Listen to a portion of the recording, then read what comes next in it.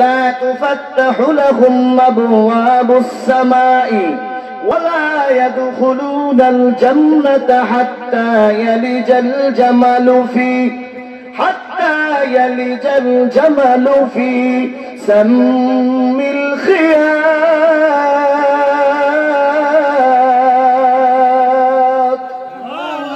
আল্লাহ বলে, ফেরেশতা, এই গুনাহগার বান্দার রূহের জন্য আসমানের দরওয়াজা খোলা হবে না, হবে না।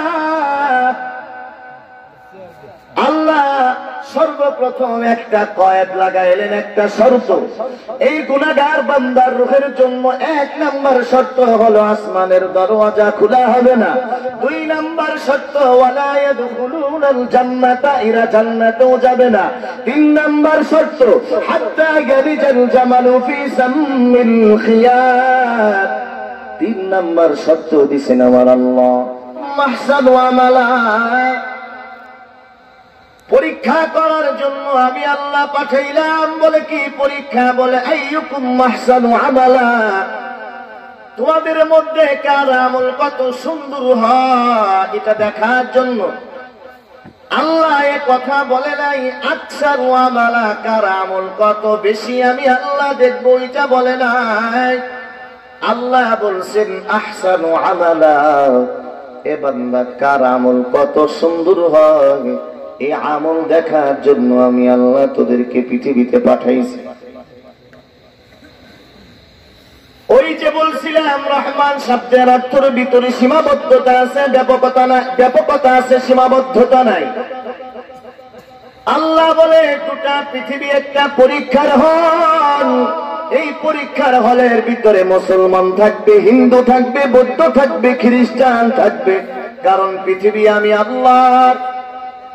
যত ধর্মের মানুষ আছে সব ধর্মের মানুষগুলোকে আমি আল্লাহ সৃষ্টি করেছি।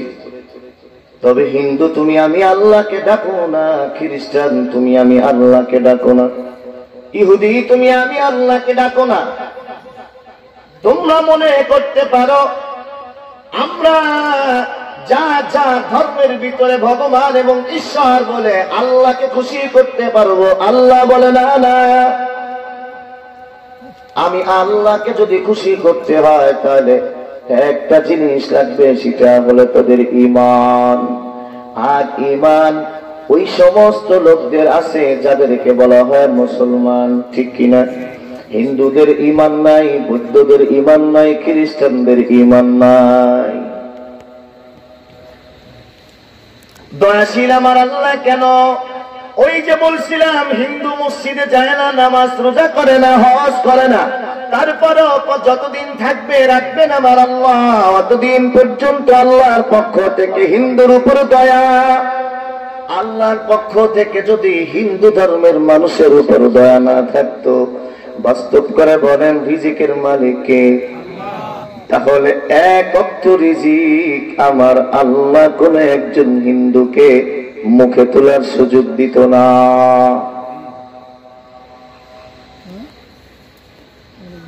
এ বান্দা এবার আসেন 2 নম্বর আর রাহিম। আল্লাহ নবী বলেছেন রাহিমের ভিতরে আছে সীমাবদ্ধতা, এটার ভিতরে ব্যাপকতা নাই। রহমান যে দয়া বান্দা পৃথিবীর মানুষ পাবি, কিন্তু রাহিম শব্দের অর্থ যে দয়া এ বান্দা পৃথিবী থাকা অবস্থায় পাবি না, কবরে যাওয়ার পর তোরা এই দয়ার অংশীদার হবি। তবে কবরে যাওয়ার পর রাহিম শব্দের দয়া কারা হবে? আল্লাহ নবী বলেছেন কবর এমন একটা ঘর, ওই ঘরের ভিতরে হিন্দুর উপরে কোনো দয়া নাই। ওই কবর নামক ঘরের ভিতরে আল্লাহর পক্ষ থেকে বৌদ্ধদের উপর কোনো দয়া নাই, খ্রিস্টানের উপর কোনো দয়া নাই, ইহুদিদের উপর কোনো দয়া নাই। ওই কবর নামক ঘরের ভিতরে দয়া হবে একমাত্র মুসলমানের উপর। সুবহানাল্লাহ। এই জন্য তো আদ-দুনিয়া সিজনুল মুমিন ওয়া জান্নাতুল লিল কাফির। দুনিয়াটা হলো মুমিনের জন্য কয়েদখানা, কারণ মরলে সে জান্নাতি। আর গোটা পৃথিবী মুসলমান ধর্ম বাদে যত ধর্মের লোক আছে পৃথিবীটা তাদের জন্য জান্নাত। আর মরার সাথে সাথে জ্বলবে ধু ধাও করে আগুন, ঠিক কিনা?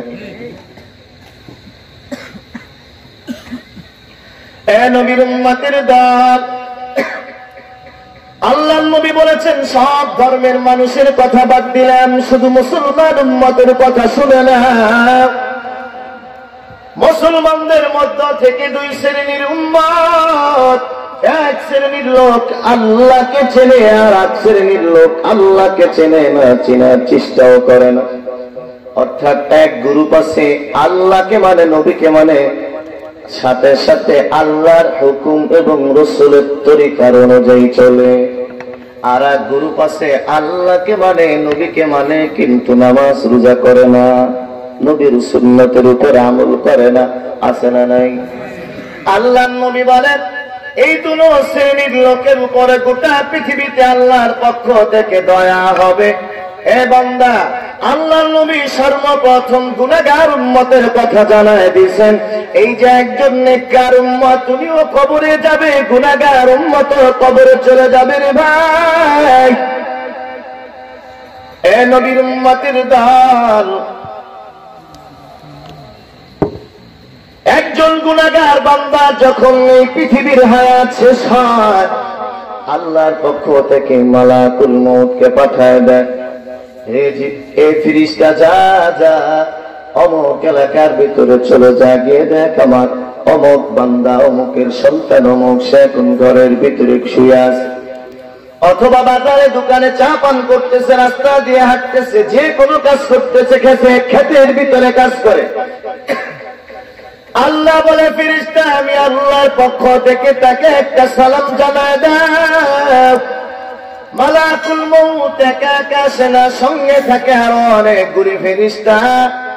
যে বান্দার শরীর থেকে রূহটা ছিনায়া নেয়, ওই বান্দার দৃষ্টি যত দূর পর্যন্ত যায়, অন্য অন্য সব ফেরেশতারা একটা হুগলা চাটাই বিছায় বসে থাকে। মাত্র একজন ফেরেশতা বান্দার মাথার পাশে এসে দাঁড়ায় যায়। ফেরেশতা জবান খুলে একটা আওয়াজ, ইয়া আইয়াতুহান নাফসুল খাবিসা উখরুজি ইলা সাখাতিল্লাহি ওয়া গাযাবিহি। এ খাবিসাত্তা, আল্লাহ পাকের আযাব এবং গজবের দিকে তুই বেরিয়ে আয়। আল্লাহ ফেরেশতা আল্লাহর ওই বান্দাকে ডাকবে, কিন্তু বান্দার ভিতর থেকে রূহটা বের হবে না। দেখবেন যারা ছাগল পালেন, ছাগলকে সহজে পানিতে নামানো যায় না, তোর থেকে রূহটা বের হবে না। বলে কেন? ওই বান্দা বেনামাজি, বান্দা সুদখোর, বান্দা ঘুষখোর, আল্লাহকে চেনে নাই, নবীকে চেনে নাই। ওই বান্দার চোখের সামনে জাহান্নামের আযাব তুলে ধরা হবে। এই জন্য বান্দার ভিতর থেকে রূহটা বের হবে না। মালাকুল মউত আল্লাহকে ডেকে বলবেন, আল্লাহ তোমার এই বান্দার শরীরের ভিতর থেকে রূহটা বের হতে চায় না। আল্লাহ পাক আয়াত নাযিল করে জানায় দিয়েছেন, ওয়ান্নাজিআতি গারকা। গারকুন শব্দের অর্থ হলো ডুব দেওয়া, ডুব দেওয়া। আমরা যখন পুকুরে নদীতে গোসল করি তখন কিন্তু ডুব দেই, ঠিক কিনা? এই গারকুন শব্দের অর্থ হলো ডুব দেওয়া। মালাকুল মউত গুনাহগার বান্দার শরীর থেকে রূহটা কেমনে ছিনায় নিবে? আমি একটা উদাহরণ দিলে বুঝবেন। শালুক চেনেননি? শালুক, হ্যাঁ, শালুকের পানাটা পানিতে ভেসে থাকে, অমনি যুবক সন্তান শালুকটা ছিঁড়ে পাতিলে রেখে দেয়। এ নবীর উম্মতের দল, আল্লাহ বলে ফেরেশতা বান্দার ভিতর থেকে যেহেতু রূহটা বের হয় না, তুমি একটা ডুব দাও।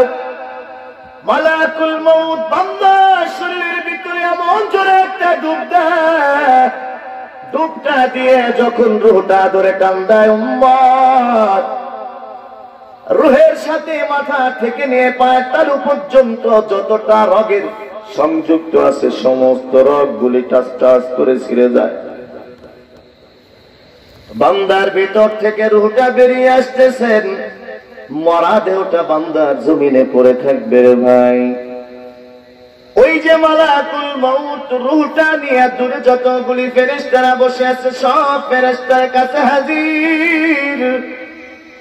সব ফেরেশতারা এবার আসমানের দিকে রওনা হয়ে যায়।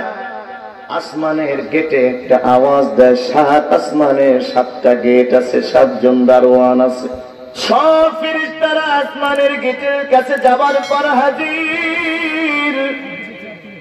মালাকুল মউত গেটে একটা আওয়াজ দেয়, উপর থেকে দারোয়ান নামক ফেরেশতা ডেকে বলে, রে ভাই তুমি কে? বলে আমি মালাকুল মউত। কেন আসছো? বলে একটা রূহ নিয়ে আসছি, আসমানের দরওয়াজাটা খুলে দাও। এই রূহের সাথে আমার আল্লাহর সাথে মোলাকাত হবে, সাক্ষাৎ হবে।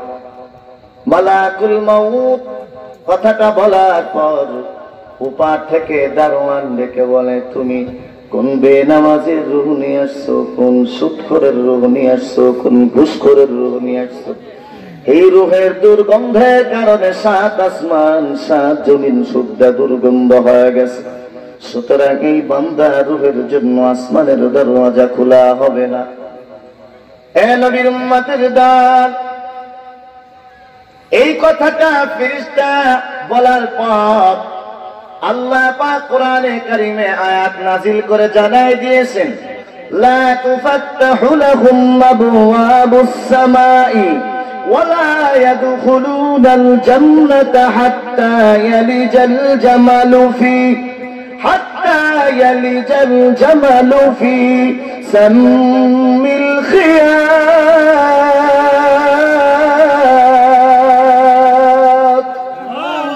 আল্লাহ বলে, ফেরেশতা এই গুনাহগার বান্দা রূহের জন্য আসমানের দরওয়াজা খোলা হবে না, হবে না।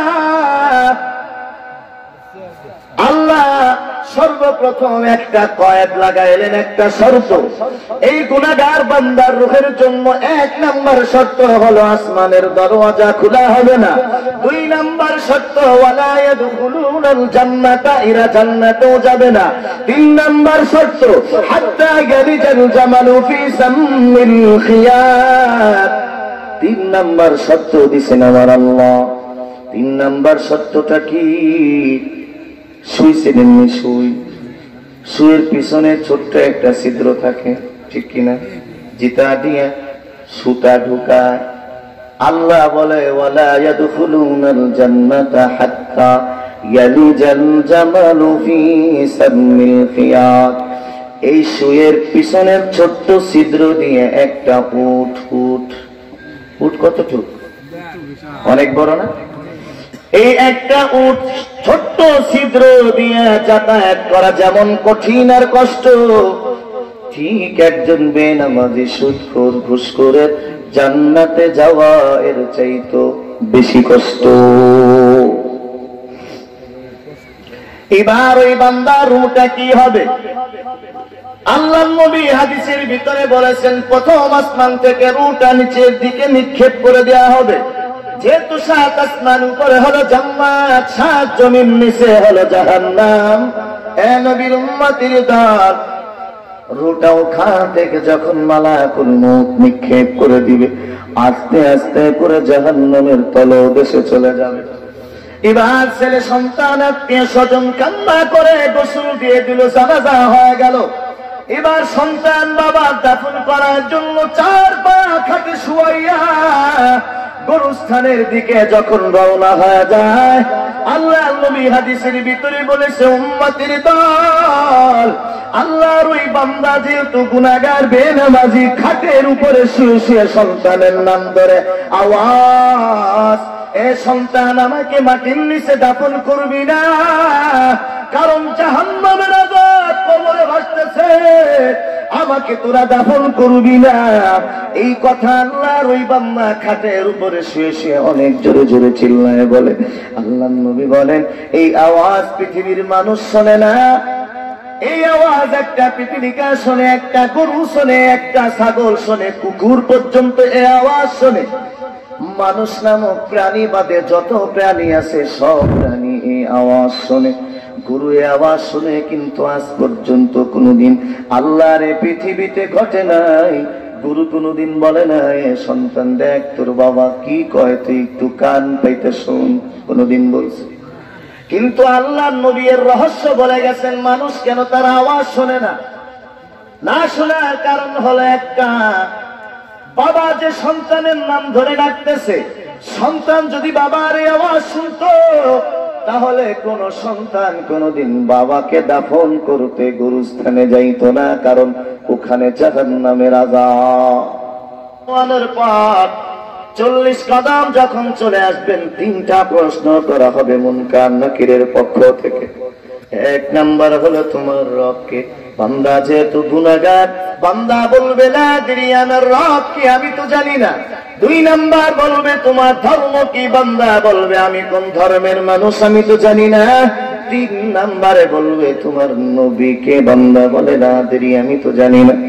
সুফিয়ান ইকরাম বলেছেন তোমার কবর যদি এই যে রাজবাড়ী জেলার বলন্দ থানা এই এলাকায় যদি হয়, তোমাকে যখন আল্লাহ নবীর নামটা উচ্চারণ কবরে করা হবে, তোমার এই কবর থেকে নিয়ে মায়া নবীর রওজা পর্যন্ত মাটির তলে একটা রাস্তা হয়ে যাবে।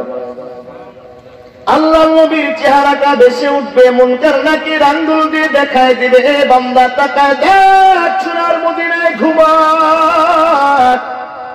ওই লোকটার চেহারার দিকে তাকায় দেখো তুমি কি লোকটাকে চেনো?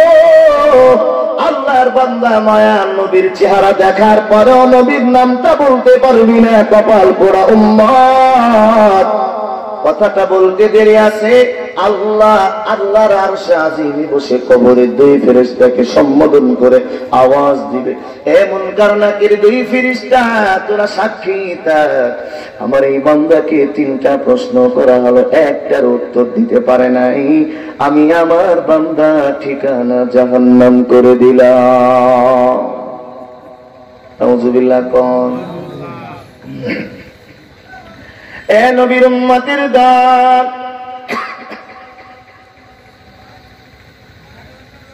মাটির তল দিয়ে রাস্তা করবেন কে? অর্থাৎ কে? আল্লাহ কি পারে না কোন? সবই তো পারে। এই বিশ্বাস আছে না নাই? এই বিশ্বাসটুকু যদি না থাকে আপনি মুসলমান না, পরিষ্কার কথা। পয়গম্বর মুসা আলাইহিস সালাম লাঠি দিয়ে সাগরে বাড়ি দিয়েছেন, 12টা রাস্তা হয়ে গেছে। আসলে পানির উপরে রাস্তা কি পয়গম্বর মুসা করছে না আমার আল্লাহ করছে? তো ওই পানির উপরে 12টা রাস্তা করছেন আমার আল্লাহ, সেই আল্লাহ তো এখনো আছে। কথা তো ওই আল্লাহই তো আমার মাটির তলে রাস্তা করে দিবে। শুকায় গেছে 1 গিলাস পচা রক্ত অথবা ফুটন্ত টকবক পানি তুলে দাও। দারোগা মালিক 1 গিলাস পানি ওই বান্দার হাতে দিবে। বান্দা নিজ হাতে গিলাসটা ধরার পর পানির যে তাপ ভাপ উঠতে থাকবে গরমের কারণে, এই গিলাসটা যখন মুখের কাছে নেবে ভাপে পুরা মুখের চামড়াটা একদম আলু কাতরার মতো ঝলসায় কালো হয়ে যাবে। এ নবীর উম্মতের দল, 1 ঢোক পানি যখন জাহান্নামী বান্দা তৃষ্ণা নিবারণের জন্য ভিতরে ঢুকাবে, কণ্ঠনালী দিয়া খাদ্যনালী দিয়া পানিটুক ভিতরেও যাবে না, আবার উদ্রাইতেও পারবে না, ফেলতেও পারবে না। আল্লাহ বলে ওয়াসুকুমাল হামিমান ফাকাত্তা আমআহুম, এ বান্দা জাহান্নামের ফুটন্ত পানি 1 ফোঁটা পানি যখন তোর পেটের ভিতরে ঢুকে যায় 1 ফোঁটা পানি ঢোকার পর এ বান্দা পেটের ভিতরে নারীও থাকবে না, তোর ভুঁড়িও থাকবে না। 1 ফোঁটা পানি যখন পেটের ভিতরে ঢুকে যাবে, ঢুকার সাথে সাথে পিছনের রাস্তা দিয়ে পায়খানার মতো তোর নারী আর ভুঁড়ি সবগুলি সাথে সাথে বের হয়ে যাবে। আরে নবীর উম্মতের দল, ওই জাহান্নামে কে যাবে বান্দা জানা নাই, জানা নাই, জানা নাই। ওই জাহান্নামে দিবেন আমার আল্লাহ। এ বান্দা দুনিয়ায় যতদিন থাকবে আমার আল্লাহকে খুশি কর, আমার আল্লাহকে যদি খুশি করো বান্দা তোর ঠিকানা জান্নাত হবে। আর আল্লাহকে খুশি না কইরে তুমি নিতাকে খুশি করবা, দলকে খুশি করবা, তোর ঠিকানা হবে জাহান্নাম। এরে নবীর উম্মতের দল, দল বড় না আমার আল্লাহ বড়? কথা কন না কেন? দল বড় না আমার আল্লাহ বড়? এই যে চেয়ারম্যান সাহেব আসছে, চেয়ারম্যান আপনাকে জাহান্নামের আগুন থেকে বাঁচাইতে পারবে, আমি হুজুর জাহান্নামের আগুন থেকে বাঁচাইতে পারবো। এমপি পারবে, মন্ত্রী পারবে, বাংলাদেশের দুই নেত্রীর এক নেত্রীও পারবে না রে ভাই। ওই জাহান্নামের আগুন থেকে বাঁচানোর মালিক একজন, তিনি হলেন আমার আল্লাহ। এই জন্য ভাই ওই আল্লাহকে খুশি করো, তোমার সব ঠিক হয়ে যাবে। এই জন্য শামসুল্লাহ ফরিদপুরি রহমাতুল্লাহ আলাইহির নাম আপনারা শুনছেন, হ্যাঁ? বাংলার বাঘ, ঠিক কিনা? যার হুঙ্কারে সরকার আইয়ুব খান পর্যন্ত থরথর করে কাঁপছে। এ নবীর উম্মতের দল, শামসুল্লাহ ফরিদপুরি রহমাতুল্লাহ আলাইহি বলছেন, তুমি গোটা পৃথিবীর সব কিছু পাইছো কিন্তু আল্লাহকে পাও নাই। মনে করো তুমি কিছুই পাও নাই, গোটা পৃথিবী পাও নাই কিন্তু আল্লাহকে পাইছো, তুমি সব পেয়ে গেছো, ঠিক কিনা? এ নবীর উম্মতের দল, এই যে আজকের ঘটনাটা একটু আপনাদের মাঝে জানায় যায়। ইউটিউবে আর ফেসবুকে যারা দেখতেছেন, যে সমস্ত মানুষগুলি শহীদ হয়ে গেল দিনের জন্য শহীদ হয়েছে, ঠিক কিনা? আর এই শহীদ যারা হয়েছে তারা জান্নাতি, আর যারা মারছে এরা নিঃসন্দেহে জাহান্নামী। কোন মুসলমান তো মুসলমানকে মারতে পারে না, যারা গুলি চালাইছে নিঃসন্দেহে এরা ভারতের এজেন্ট। উম্মে হাবিবা আল্লাহর নবীর স্ত্রী ছিল। আল্লাহ নবীর সাথে বিবাহ হওয়ার আগে আরেকজনের সাথে তার বিবাহ ছিল, তার নাম হলো উবাইদুল্লাহ ইবনে জাহাশ।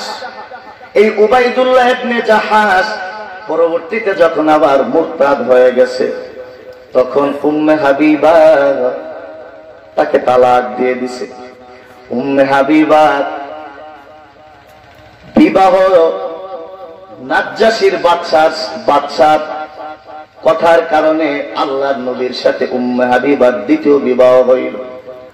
এই উম্মে হাবিবার পিতা হুদাইবিয়ার সন্ধির চুক্তির জন্য আল্লাহ নবীর কাছে আসছিল।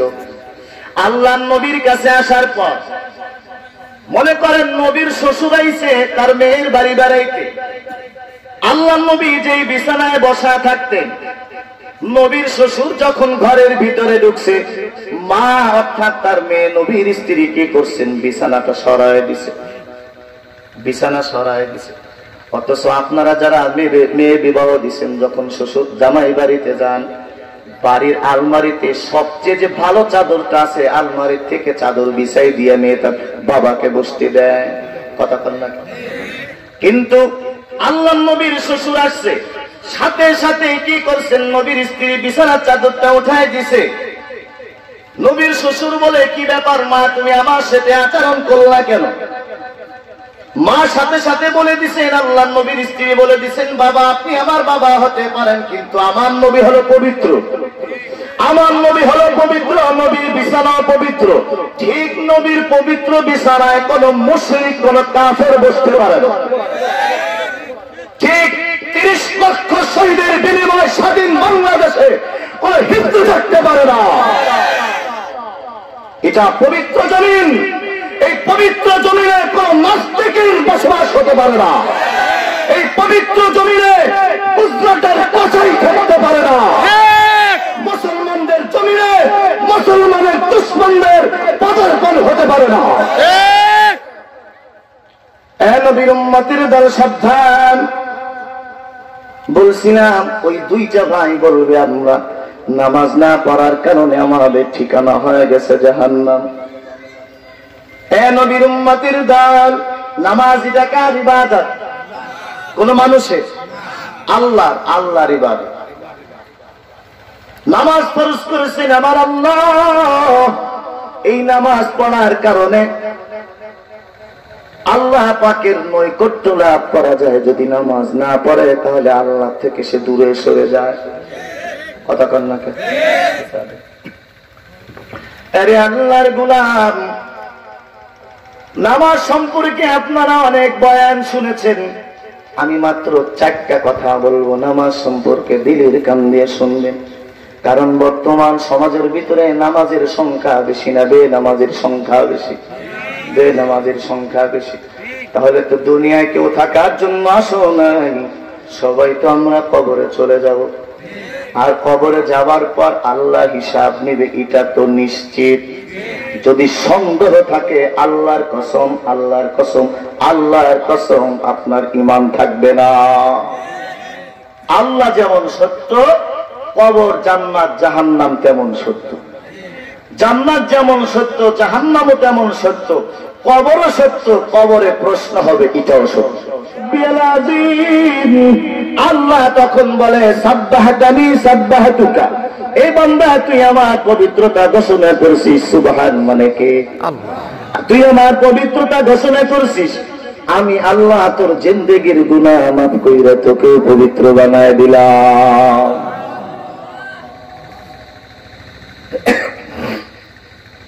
এ নবীর উম্মতের দল, আবার যখন ওই বান্দা সিজদায় যায় বলবে সুবহান রাব্বিয়াল আলা,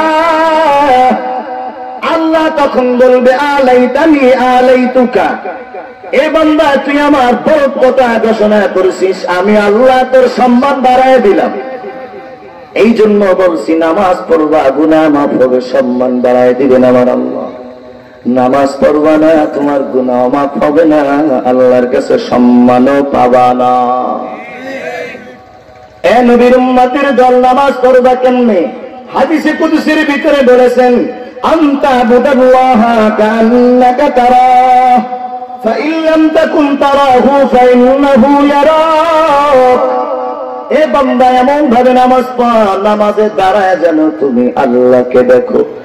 আর আল্লাহকে দেখা চক্ষু যদি না হয়, ফাইন্নাহু ইয়ারাক, আল্লাহ কিন্তু সবই দেখে। কথা কন নাকি? এ নবীর উম্মতের দল, সব কিছু দেখেন আমার আল্লাহ।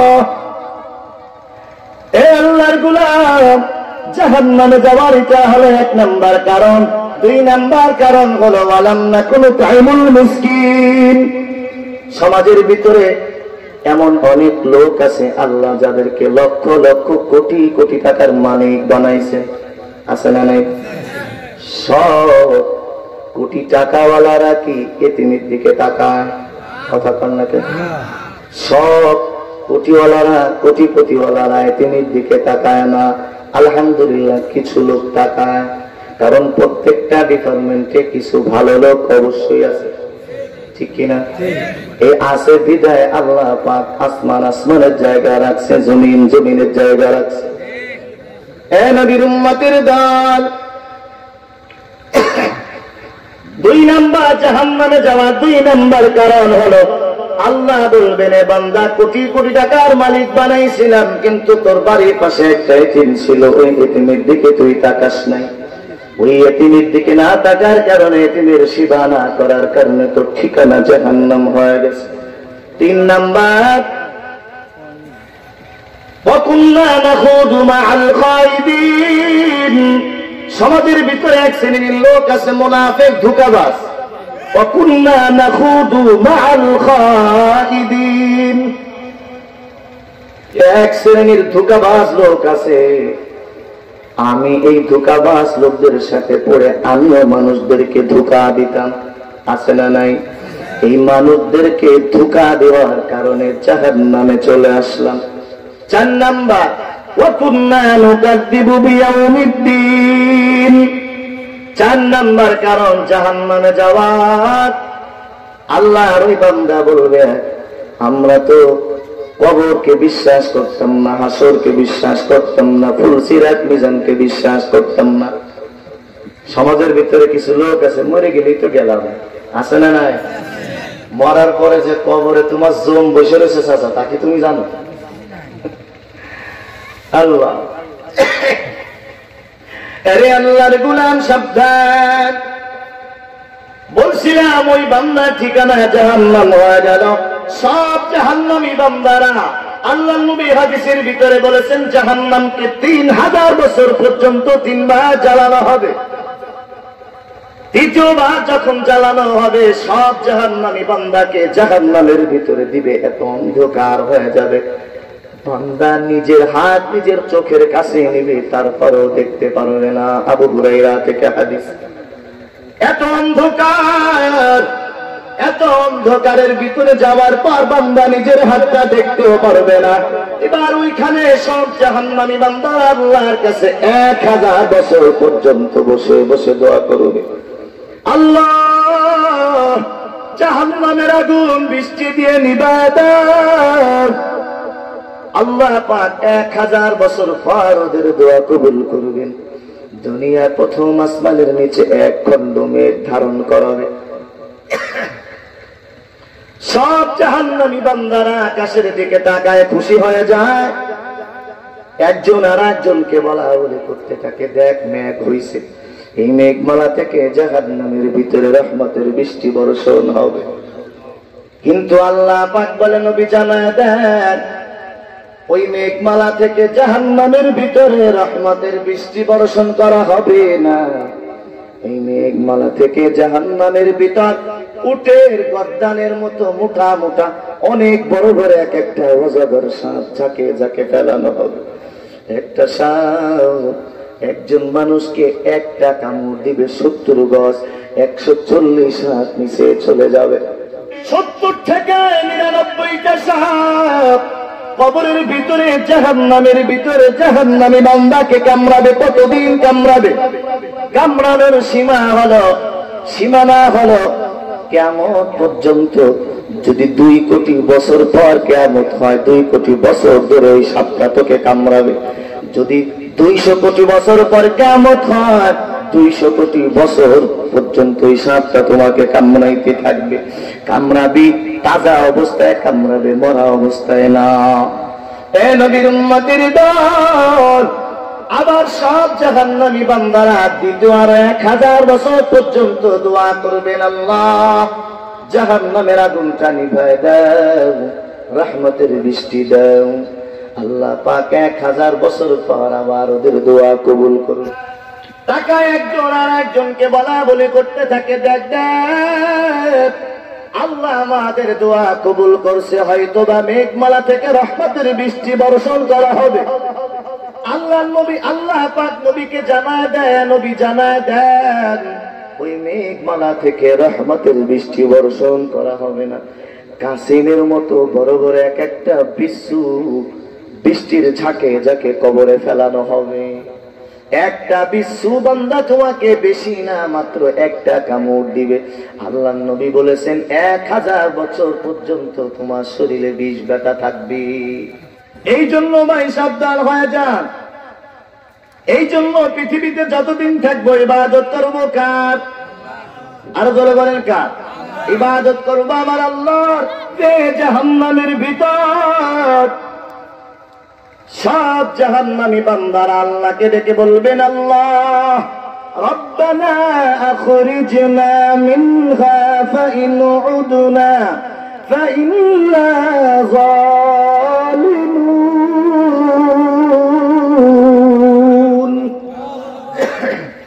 সব জাহান্নামী বান্দারা আল্লাহকে ডেকে বলবেন, আল্লাহ আবার একটু আমাদেরকে দুনিয়ায় পাঠায় দেন। দুনিয়ায় কি আমার কোরআন তোদের সামনে ছিল না? আমার নবীর সুন্নাত হাদিস কি তোদের সামনে ছিল না? প্রতি জুমায় কি খতিব তোমাদেরকে বয়ান করে শোনাই নাই? দাওয়াতে তাবলীগের লোক কি তোমাদেরকে বয়ান করে শোনাই নাই?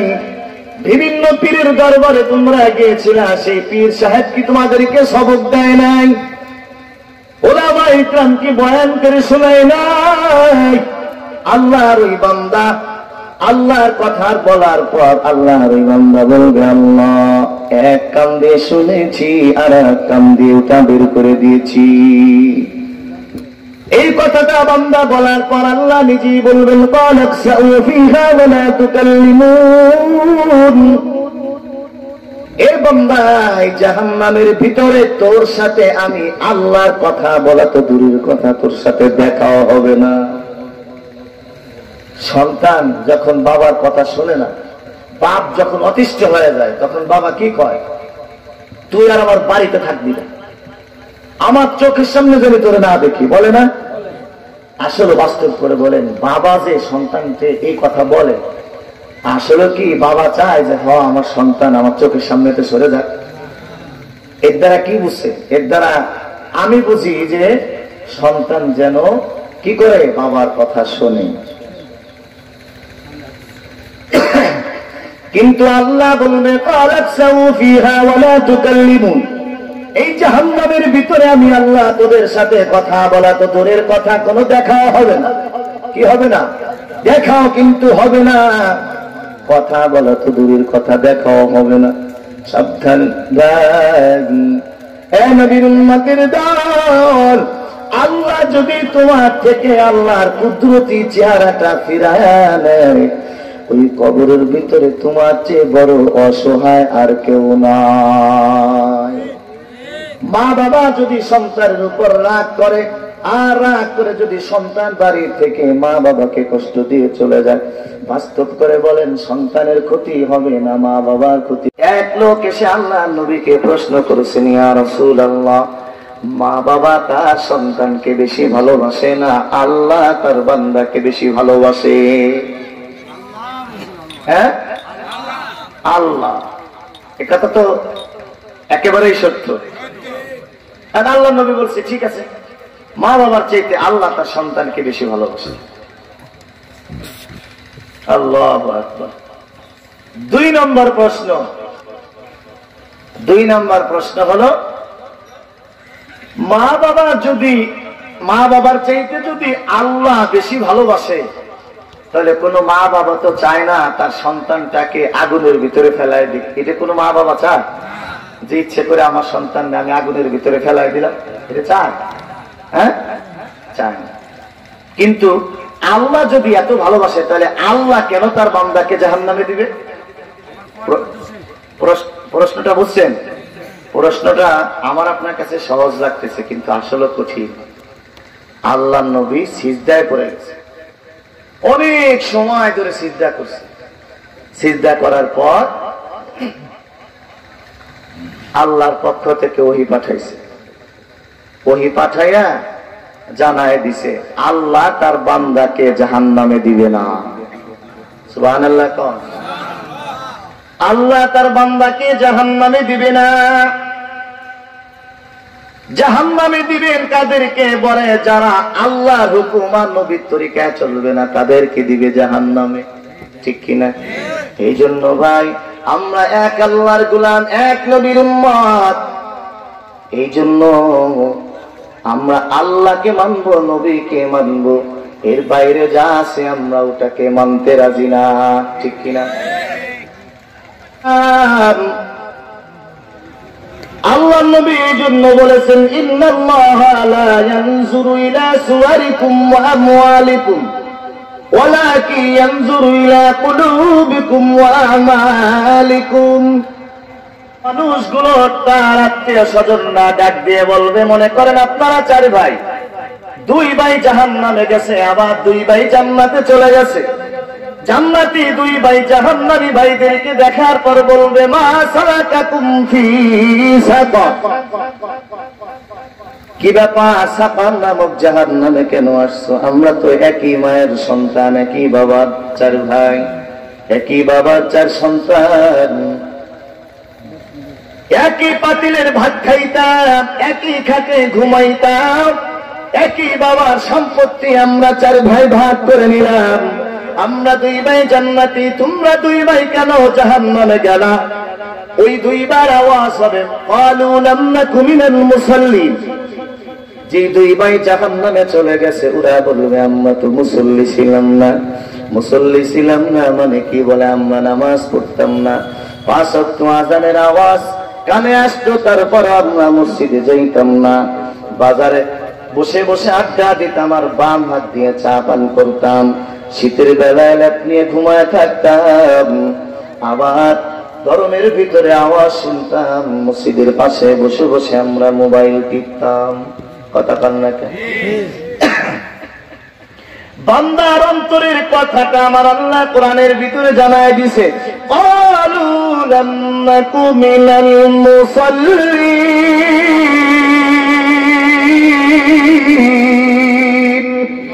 এ নবীর উম্মতের দল, আমরা মুসল্লি ছিলাম না, নামাজ না পড়ার কারণে ঠিকানা হয়ে গেল জাহান্নাম। এ নবীর উম্মতের দল, জাহান্নাম তো কেমন একটা দৃশ্য আল্লাহ নবী মেরাজের রাত্রে দেখে আসছেন।